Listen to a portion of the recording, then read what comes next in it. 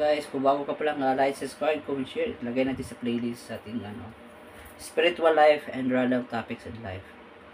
So, yun talagang buhay guys na marami talagang challenges guys. Well, ang pera nga, may libro nga, The Illusion of Money. Why chasing money is stopping you from receiving it. Diba? So, all of us needed money. But, ang problema lang, ang mga tao, masyado nating inuna yung pera kay kang God Yahweh. Yan talaga, instead na magbibisyo ka doon, na-stress ka sa buhay. Ako, bumili ako ng mga crystal kasi pang parelax ko to panglaban sa stress yung selenite. Instead doon na di exercise, mag deep breathing, mag meditation, yung uminom ng tubig, kumain ng mga prutas, gulay, di ba? Pag kulang ng vitamins, yun ang dahilan, or walang vitamins, yun ang dahilan na si stress. Di ba? Daan doon nila sa alak. Mahal yung gulay, di ba? Tapos, malakas pa tayo kumain ng mga karne, mahilig pa tayo sa birthday, matagal matulog. Yun na, okay lang. Basta walang love life, basta dapat wala lang ang saging. Kasi pag wala kang saging, pwede ka ma-stroke, pwede ka ma-high blood, pwede mo ikamatay walang saging. Tawag ito, potassium. Yun ang mga namin, yan sa high blood ba. Kasi, nagkakasakit tayo kasi wala tayong nutrition na nakuha sa pagkain natin. Wala tayong potassium, walang magnesium, walang hindi tayo nag-aaral sa doktor, sa mga medical. Then, kung mag-aaral ka rin, hindi mo rin maintindihan. Iba yung mga terms. At, yun talaga na, marami ang aspetong buhay. May religion doon, may politiko, mga, mahirap Yun talaga na, ang buhay life is almost a game. Ang buhay ay parang laro. Diba, dahan-dahan, piso-piso hulog, 5, 10, 50. Then, pwede lang nakawin, pwede bahain. Yun lang talaga na, kung maganda may bahay tayo, pasalamat ni God Yahweh. Diba? Makakain pa tayo, nakatulog, hindi nagkakasakit. Kayamanan na yon. Kasi ang sobra ding yaman daw, hindi din nagpapasaya din sa tao. Importante lang is, inalagaan natin yung katawan na hindi tayo nagkakasakit. Yun talagang kailangan natin ng kaalaman. Kung gusto mo may kaalaman, may health tips and advice sa playlist guys. Diyan sa home video playlist, yung live, yung mga sulat sa taas sa YouTube, yung profile. Makita niyo doon guys na libre na health tips and advice na hindi tayo magkasakit. Panoorin nyo lang yun at i-take note. At sa part 44, mayroon yung reference sa doktor. Hanapin nyo lang po guys. 2019 pa yun, 18. Yun talaga na yung nilalaman ko noon hanggang ngayon, ginawa ko yun. Yun talaga na kailangan natin ng mga libro para lumawak yung isip natin, imagination, kailangan magdasal. Marami talagang kailangan gagawin sa buhay. Diba? Kailangan natin marami tayong intindihin, maraming gagawin kasi alam mo na, buhay is complex, marami, malawak, malalim ang pag-unawa mo, pag-intindi sa buhay. Kailangan kasi na, yun talaga kasi turo sa school May language, may mathematics, may science, may history, di ba? So, dami-dami subject, kunti lang maalala natin. Di ba? Tapos, may mga sakit-sakit, may mga drama, may mga palabas. Kasi, yun talaga na minsan nalilimutan na natin magdasal. Sample, may mga masasamang barkada doon. Yun ang nagpapahirap sa ating buhay. Hindi tayo nagiging masaya noon. Pero nakaka-mature din pala nung tagal matulog. Mas 11 ako natutulog, 2 araw lang, talagang hindi talaga siya maganda. Yun talaga na pero gawa ko naman to, vlog ko naman to, responsibility para maka-update tayo, maka-share. Yun talaga na ang buhay ay maraming dapat gawin, dapat alamin. Yun lang din hindi natin naiintindihan. Kasi pag magkasakit ka, kulang lang yung 100,000 to 200,000 mo. 50 mil, kunti lang yan. Then, constant yung bilihin, di ba? Kung ang pamilya mo, nandyan, di mo sila maturuan, kulang yung pera mo pang school nila. Then, kung mag-esweldo ka, magtrabaho, napakahirap, kunti ang sahod. Hindi naman siya reklamador o negative na tao. As in, yung trabaho natin, kunti lang ang mabibili. At yung sa kunti mong mabibili, grabing sakripisyo, pag-aaral, ilang taon, ilang gastos para kung bago ka umita ng minimum wages. Diba? Then, paano mo maiipon yung pera? Yun ang iba na sakaling nagsusugal. Iba nagluluto, iba nag-online games, iba nag-investment sa forex, gold, or mga lupa, property. Kasi alam mo na, then walang nagtatanim, di ba? So, ang mabilihin tumataas. Then, may corruption pa sa government. Yun na talaga na nangyayari, nagja-jumble-jumble ang nangyayari, naghalo-halo. Tuloy, nahihirapan ka para kang feel insecure, parang feel mababa ang isip mo, yung naramdaman mo. Kasi baka sa stress ka, baka sa radiation, o di ka nagdarasal, kulang ka sa vitamins. Pero may pang red horse, may pang alak, may pang sigarilyo, may pang shabu pa daw. What if kung yung mga bisyo na yun, iipon mo yun, iipon pang negosyo, pang kalusugan, for emergency, at magdasal sa Bible, hindi maghihirap ang tao. Pero ang yumayaman sa bisyo, yung mga may-ari lang ng negosyo. Pero yung tao na nagbibisyo, kunti lang yung maman.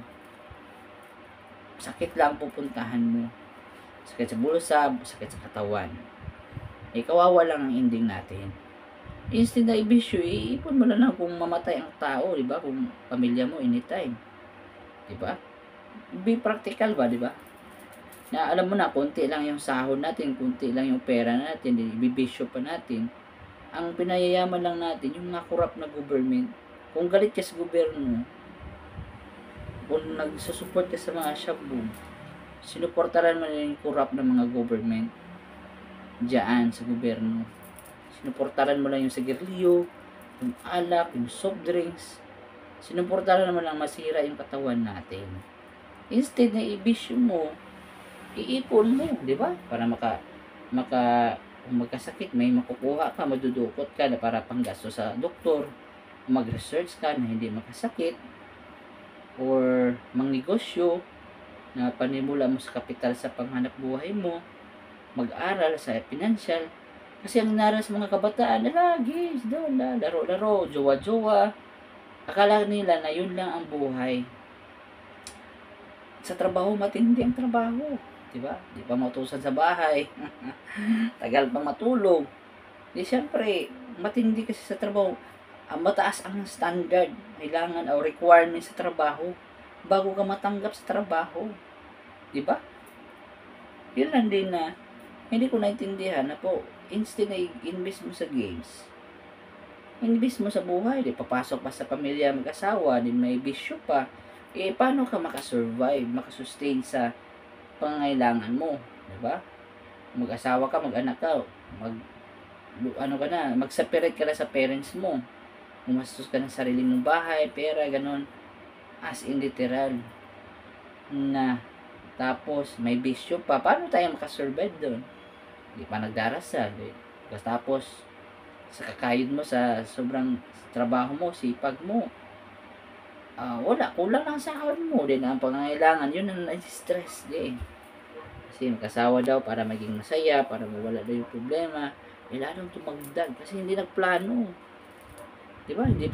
Sa trabaho, hindi ka patatanggapin kung hindi ka high school graduate at college level o college graduate. Ganun katindi. So, nag-school ka pa, nangarap ka na magtrabaho, sa kaka-school ko pa lang, bago ka maka-minimum wage, mababa lang sahod mo, mahal ang bilihin. Hanggang makakain ka lang. Hanggang makabayad ka lang sa upa mo. Yun ang reality ngayon.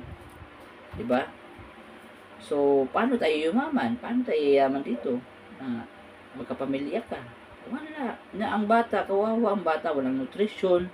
Yun ang dahilan ng mga bata, walang vitamins, nagkakasakit-sakit.